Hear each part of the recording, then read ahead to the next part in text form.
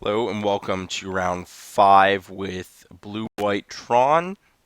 This looks okay. The thirst is what really ties it together. If this was like anything clunky, I wouldn't keep. Also, our opponent's mulliganing, which makes it a little less likely that I'm going to die so aggressively, but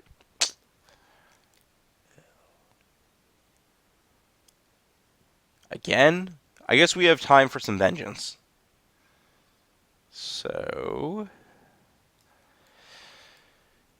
I'm going to try to not use the Flooded Strands if I don't have to.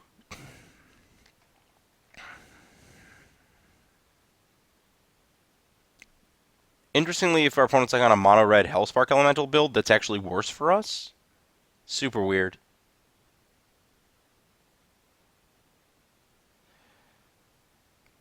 Powerful draw. Oddly, it might be like a turn too late this game. Our opponent may just have an empty hand by that point.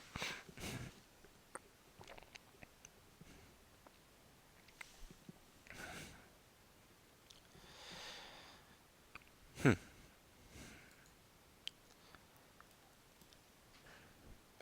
And by try not to use the Flood String, I'm going to see what lands I draw first, really, is what it is. Like, if I cannot take a damage to do something, that'd be great.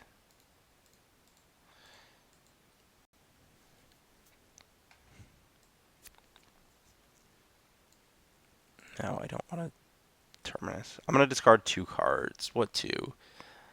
Probably Flooded Strand and Terminus. I don't really want a Terminus. I think I'm just... Oh. Do I actually want a Seer? No, I'm not going to Terminus. I'm just going to discard Flooded Strand Terminus. And now I can just Gifts for Iona and kill my opponent, presumably.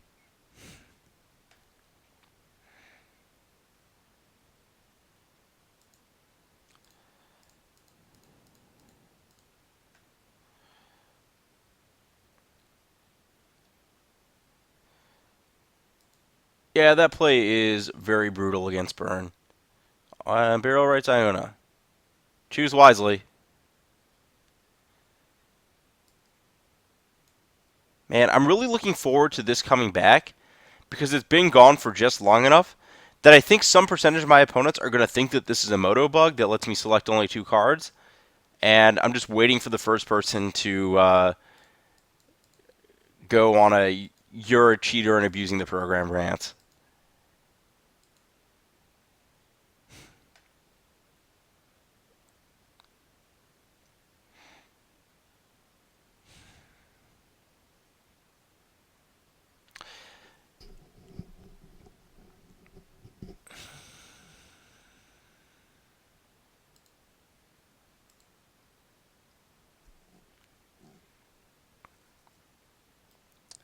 I don't think I've activated this card. It's kind of weird how many hoops you have to jump through to get to it. I guess that's the issue. I mean, like, definitely going to play it. Not really a question. Uh,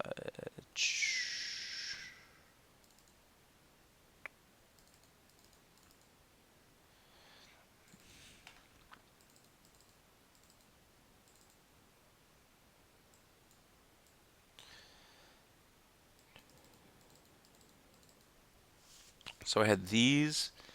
I boarded out the Verdict. I boarded out Elish. It was EE versus... I want EE for sure on the draw, just so I can only take 2 attacks from a creature before killing it.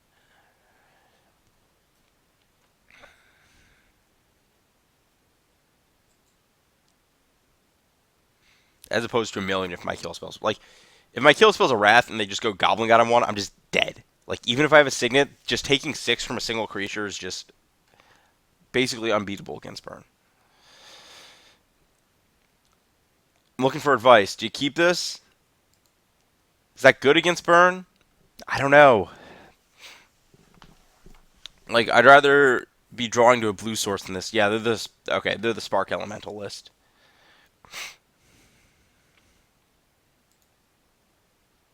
I drew a blue source. Okay, so I was just saying I haven't done this. I'm looking forward to getting to do it once. So I get to lead on Sword, I follow on Foundry, I get to immediately activate or do whatever. I have the runes. Jeez. And yeah, this hand is Going nowhere good for my opponent. 11? I don't think I can take 11. Hmm. I can make my decision next turn as to what I do, I guess. Like, I think that playing the negate game, my hand's too light on mana to make that profitable. Like, I could, in theory, be, like, sitting around with counter magic trying to trade, but it's more likely that my opponent gets to capitalize on playing, like, creatures or instants into my spells than it is the other way around that I get to, like, make an exchange that's profitable.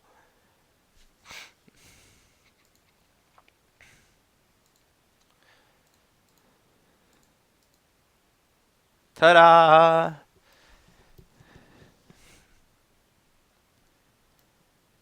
And we activate on our opponent's turn so that we maximize how we punish a skull crack.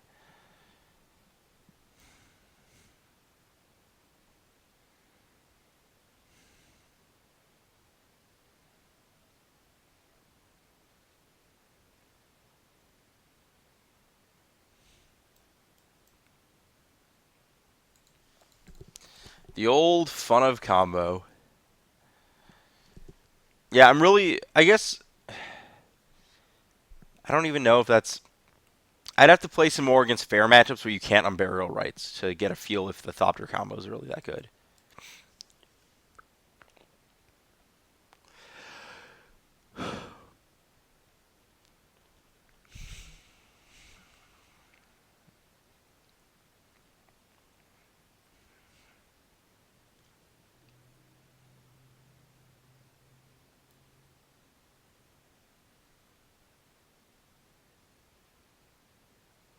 This is some straight out of StarCraft art over here.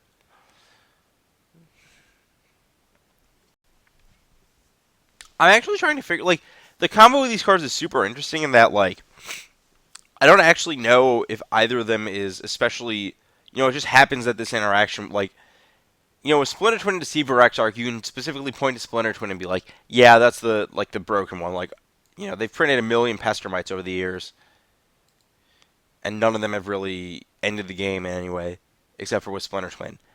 Whereas I'm trying to figure out if like, okay, that's fine.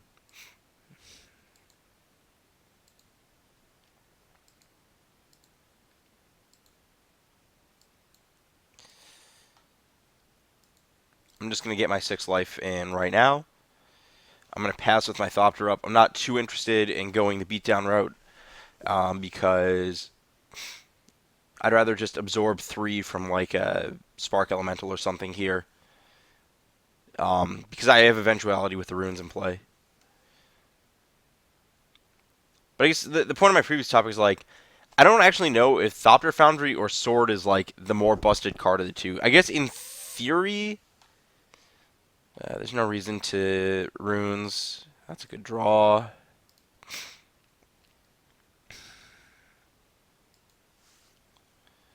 And now can runes with counterspell up. Uh, I should actually just play Thought-Knots here. Who am I kidding? I should have done that before attacking, and I could have possibly gotten him for 2, which changes my clock by a turn actually. So that was kind of a mistake.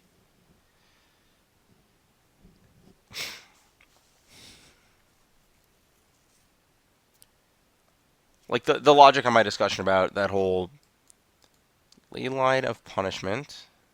Can't gain life, can't be prevented, or the card that actually deals damage. I will take the one that deals damage, considering I have my opponent on a clock.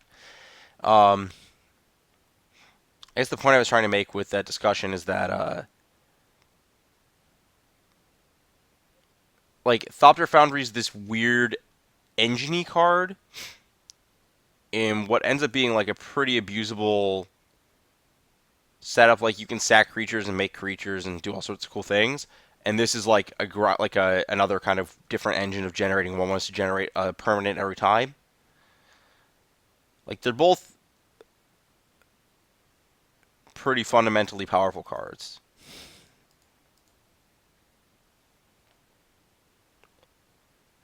I'm trying to think of like other 2-card combos where it's just like powerful broken card and like powerful broken card. Like, okay, well that worked. Knight of the Reliquary and Retreat to Core Helm's kind of one of those. Like, Retreat's pretty powerful on its own still. Yeah. Anyways, yeah, that deck was pretty solid. Not bad.